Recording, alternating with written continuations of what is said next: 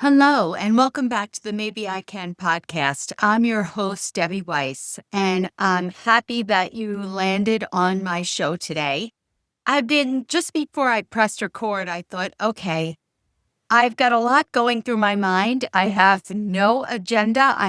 This is the second week in a row that I feel like I have so much on my heart that I am just going to share with you. I have no idea how it's going to turn out. And I ask you to kind of stick with me because I have a funny feeling that it might sound maybe a little negative in the beginning. But in the end, it's not meant to. I mean, look, I'm sharing from the heart. Sometimes all of us get into a funk. And that's kind of where I am right now.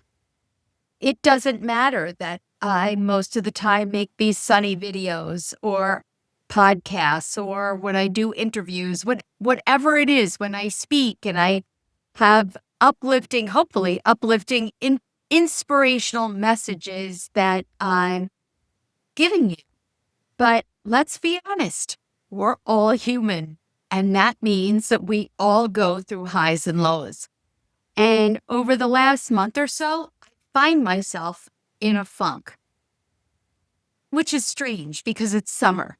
Fall used to be my favorite time of year because, my birthday's in the fall and I just love everything about the fall. I used to love going back to school and getting new books and notebooks and supplies and new dress, back in the old days.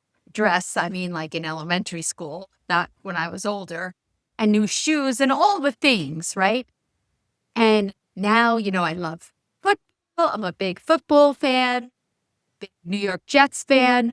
So I always look forward to that, even though since my husband died, it's a little harder to enjoy it as much, but it still always brings back such good memories.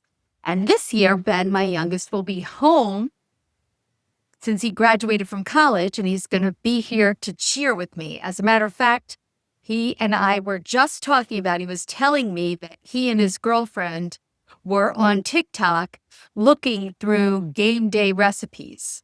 Now, she's not a football fan, but if you're going to be part of this family, she's got to learn. She's got to learn JETS, Jets. And Ben just said, well, she knows the cheer. I just don't know if she knows when you're supposed to appropriately use the cheer. I said, that's okay. She'll be with all of us. And when we start doing it, she can figure it out. So I am looking forward to that and all the things. And I've got, a lot of great things coming up in the fall. But as I've gotten older, and I really dislike winter more and more, summer has become my favorite season. I've always been a beach lover, and each year I really try and get to the beach every Saturday, weather permitting. Sometimes if it's not nice on Saturday, I go on Sundays. Not my favorite day to go, but hey, I got nothing to complain about. And my cousin and I, she lives closer to the beach than I do. She lives about a little over an hour away from me. And there's a lot of beach traffic heading down that way on the weekends. So I leave my house usually at somewhere between 6:30, 6:45 in the morning. And we've got a whole routine. All of my stuff is there. I leave it at her house. I don't have any of it here. And I give her money at the beginning of the summer and she packs. She goes shopping. She has the drinks, the food. She packs the cooler. She's got it all out sitting on her driveway, waiting for me to pull up. And we load it into the car and off we go. And we are on the beach before 8:30 in the morning. And it is amazing, just amazing. Well, here it is, the beginning of August. And I think we've been to the beach twice. Twice. Is like criminal. And it's been for a variety of different reasons. One, the weather pretty much didn't cooperate the last half of May, all of June. And then we had 2 Saturdays in July, I think, that were family parties on Saturday. And then I chose not to go on Sunday. And then I was away on vacation, which I was at the beach in Myrtle Beach, South Carolina. So clearly nothing to complain about there. But, we haven't had our beach days. And as we look forward, there's a lot happening in the next few weekends in August, the next few Saturdays, where I don't know how many we're going to get in. But boo-hoo, right? All right. Don't feel sorry for me. It's not meant for that. I'm just saying that I haven't had that beachy summer thus far that I really look forward to. But much more importantly, I've had some things happen, unexpected, very big expenses. The air conditioning in my office needing to be replaced, which was very expensive. I had to buy a new car. Maybe I said this last week. I don't know. I don't even want to repeat it. Wah, wah, wah.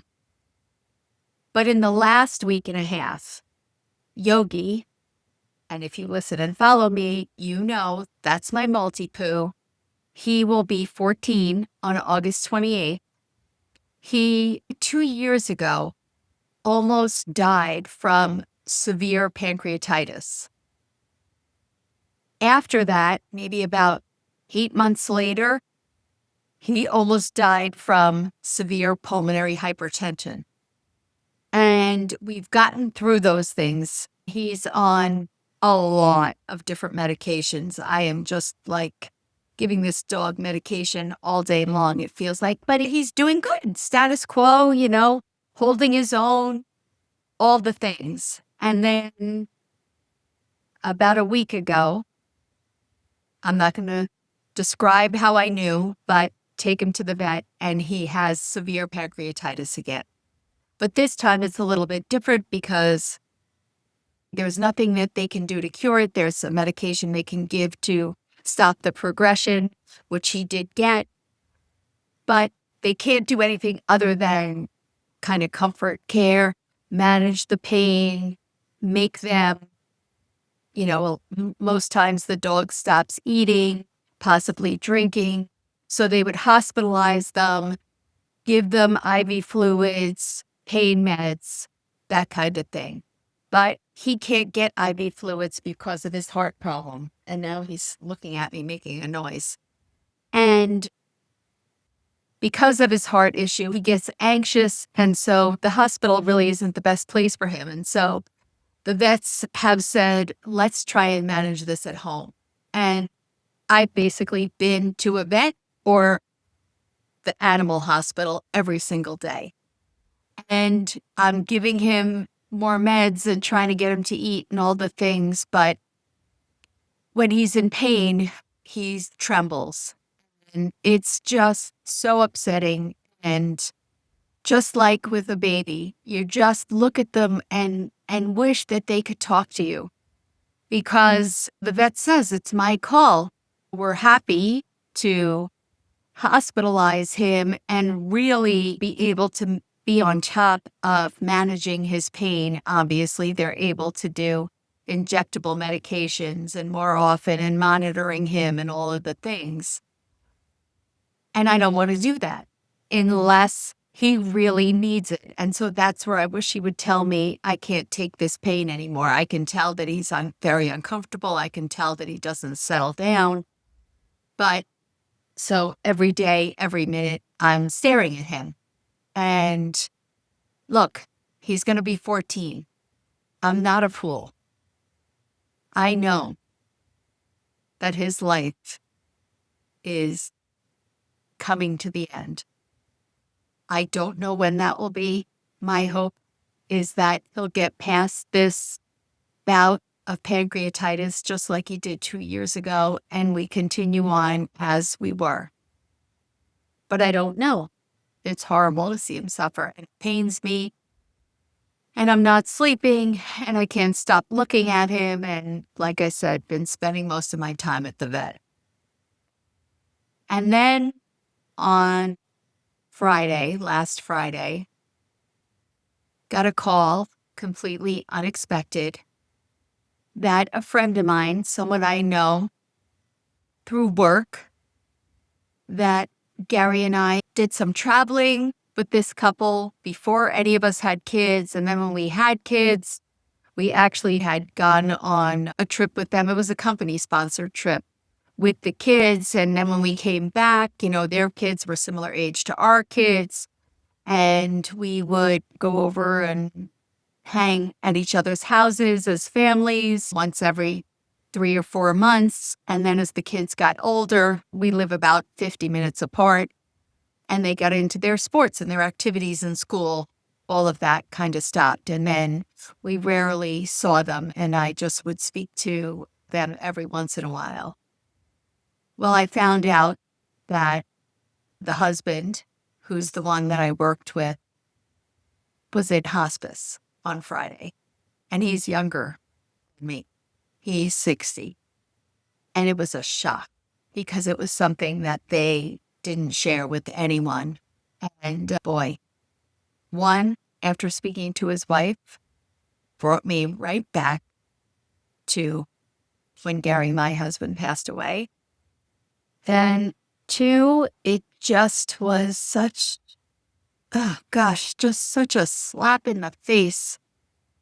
Especially as right now I'm recording this, if you're only listening to the audio, you can't see, but I'm looking at all my gray roots because I haven't been able to go and get my hair done because of Yogi being sick and all different things, and just all the complaining I was just doing about the money and what? And that I didn't get to go to the beach enough? Seriously? Sometimes I think that we need to almost be reminded, almost a slap in the face, of how this is our one and only life. None of us knows how long we're going to be here. And we want to make the most of it. We do. And all this bitching and moaning, like I have just done for the past 10 minutes, it really puts things in perspective. Again, we get so caught up in these things that happen to us in everyday life that it's normal. I mean, it's human. But this is the whole thing about the idea of being present, right? And living in the present moment. Because when we do, then we are able to appreciate our lives, be grateful for our lives. I mean, all of these things just reminded me of a time where when I was in my mid-30s, I was in agony for about 2 years. I couldn't even stand without collapsing. And it wound up that I needed to have a spinal fusion. And I remember thinking that, gosh, if I could just be able to go to a mall. Of course, there was no Amazon then. This is what we did. We went to malls. If I could just go to a mall. For goodness sake, if I could just go to a supermarket, a place I don't even like going to, I would be so happy. I would be so grateful. And it reminded me of these things that I just took for granted, right? It was a hassle if I had to run to the mall to get something sometimes, or to the grocery store. To me, that's always a hassle.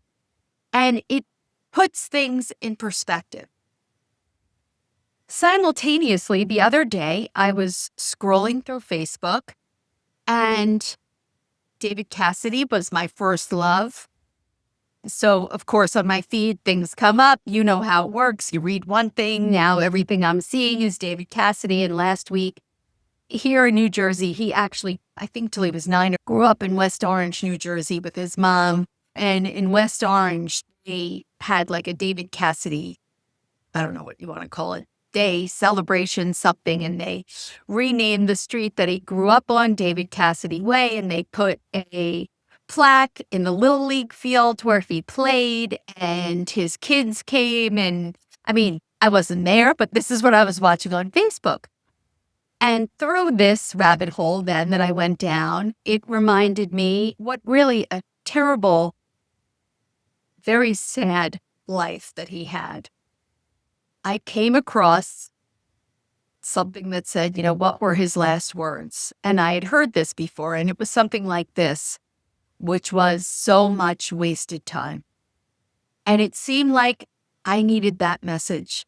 All of these things have come together at one time. And it was clearly I needed some kind of jolt, some kind of wake-up call to tell me to get the heck out of my head about all the things that I'm worried about, obsessing about. I don't want to say nonsense, because I don't want to say that the things that we deal with in our everyday lives are nonsense, because they're not. But sometimes we just need to put them into perspective and take a step back. And maybe that helps us get out of our own head, out of our own negative spiral. And clearly, this week, the universe is sending me this message.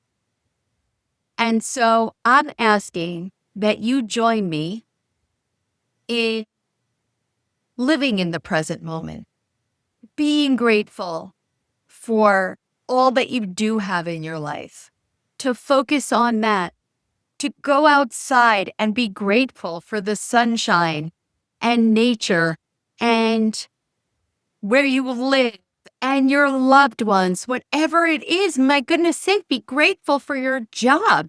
Even if it's not your most favorite thing in the world, there must be some saving grace about it. Someone you work with that you enjoy their company. Let's get out of this negative loop, the woe is me, why does all this stuff keep happening? Because that's how I felt, one thing after another, one thing after another. You'd think I'd know now, at almost 62 years old, this is life. This is how it works. But we are still here. We are still breathing.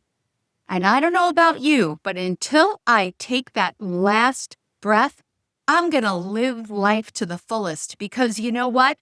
My husband, my father, all of the loved ones that we have lost, my friend, what would he give to be here complaining, right?